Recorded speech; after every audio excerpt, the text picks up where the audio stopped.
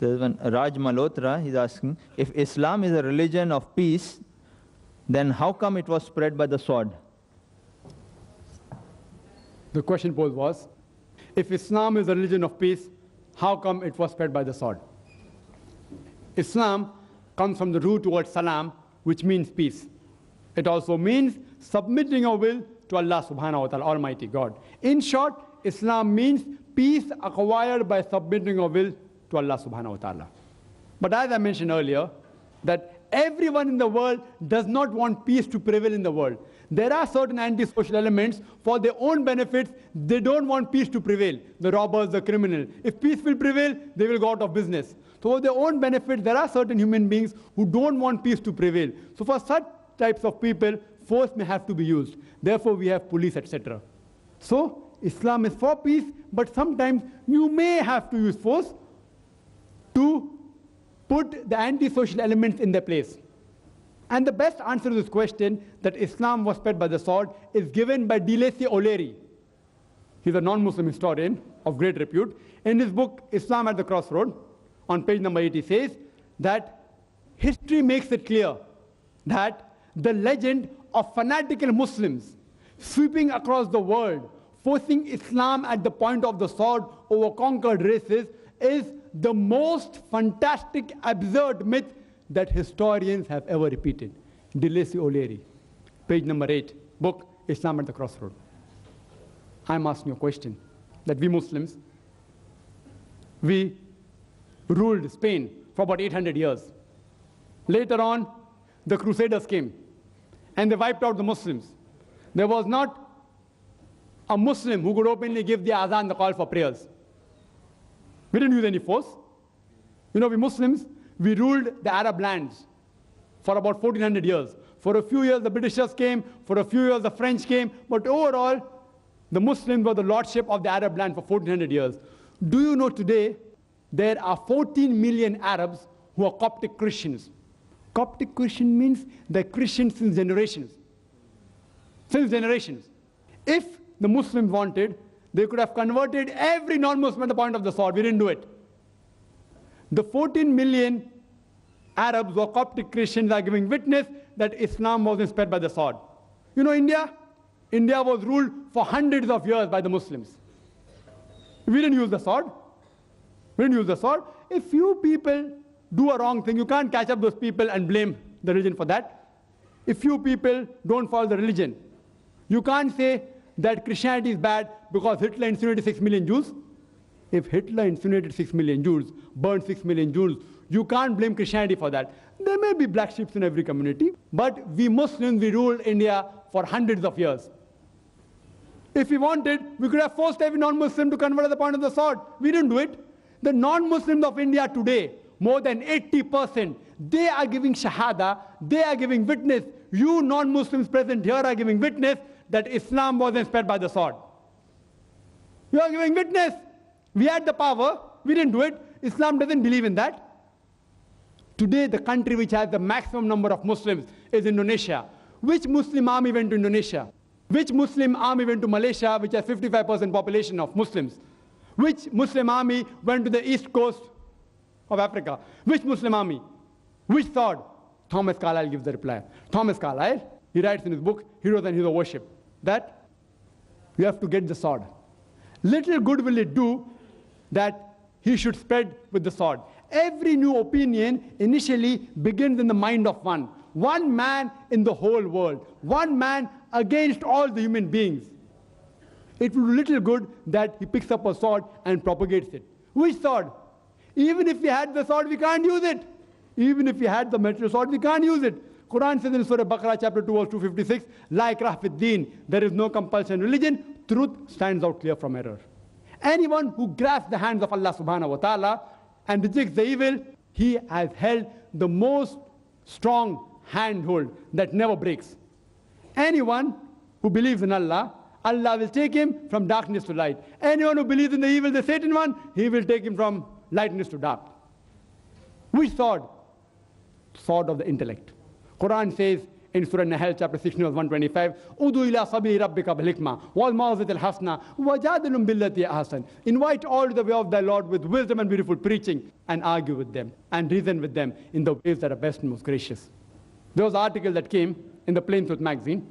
It was a reproduction of the Reader Digest Almanac Yearbook, 1986. It gave the statistics of the increase of the world religion between 1934 to 1984.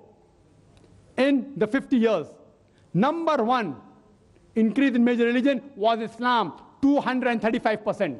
235%. I am asking you, which war took place between 1934 and 1984, which converted millions of non-Muslims to Islam? Which war? Do you know today, the fastest growing religion in America is Islam?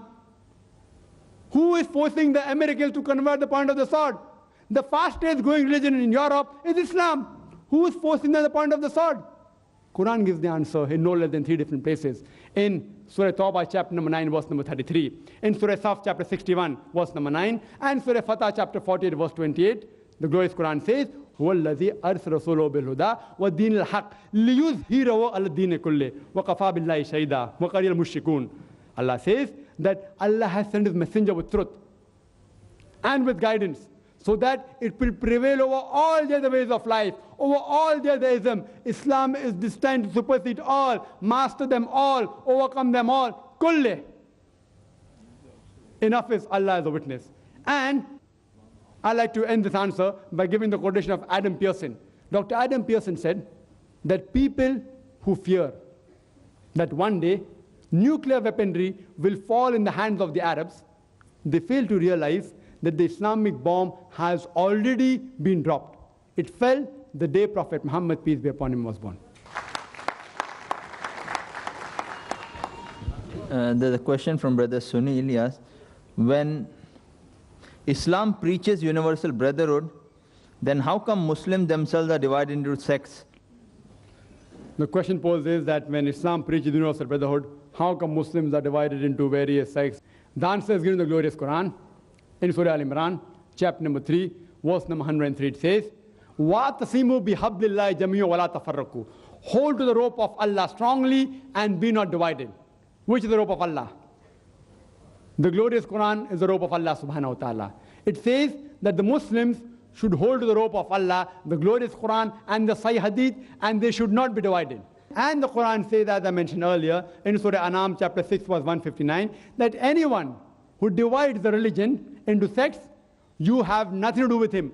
Allah will tell him about the affairs on the day of judgment. That means it is prohibited for anyone Islam. Some say I'm a Hanafi, some say I'm a Shafi, some say I'm a Hanbali, some say I'm a Maliki. What was the beloved Prophet? Was he Shafi? Was he Hanbali? Was he Maliki? What was he? He was a Muslim. The Quran says in Surah Al-Imran chapter 3 verse 52 that Jesus, peace be upon him, was a Muslim.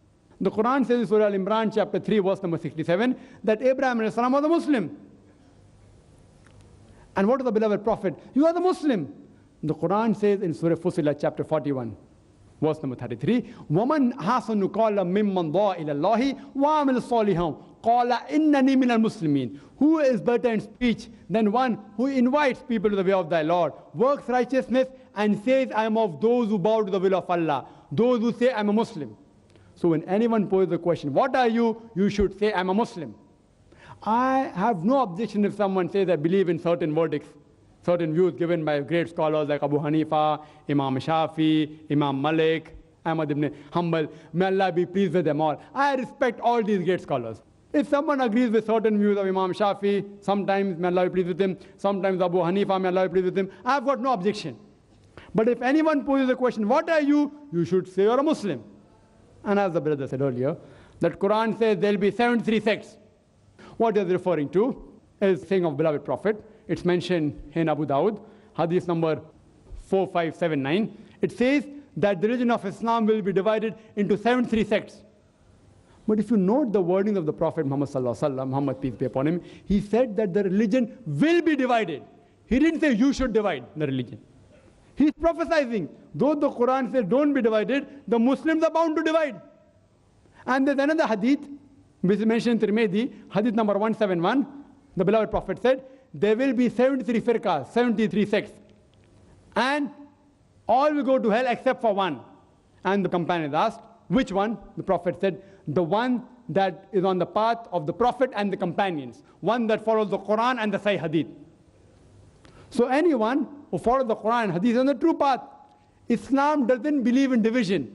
Every person, he's a Muslim. Anyone who follows the Quran says he's a Muslim. And Islam is against dividing the religion into sects and divisions. So if you read the Quran and Sahih Hadith, Muslims should be united on the basis of Quran and Sahih Hadith. Hope that answers the question.